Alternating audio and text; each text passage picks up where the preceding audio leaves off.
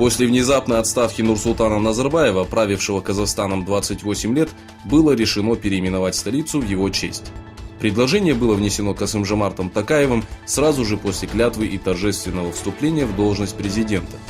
Токаев заявил, что идеи Назарбаева и впредь будут играть важную роль в стратегических вопросах. В Турции прошла программа под названием «Мы с Восточным Туркестаном», организованная руководством ученического конгресса города Оф.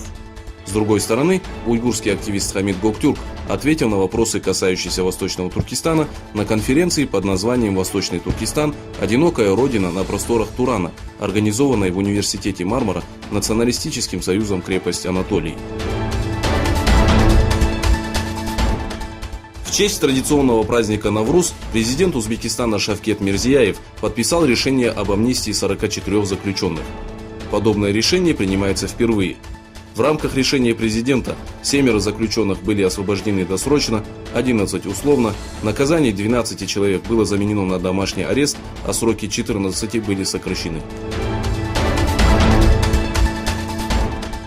После терактов 15 марта в Новой Зеландии руководство страны призвало народ к единству, вне зависимости от веры и национальной принадлежности.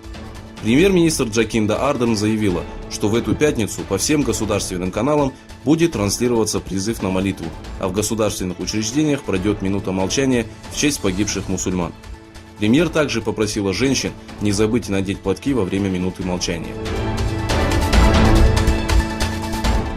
В преддверии Навруза по всему миру проходят праздничные мероприятия.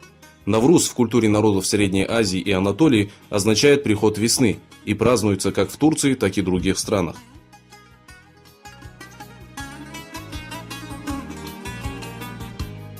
Поздравляем вас с приходом весны!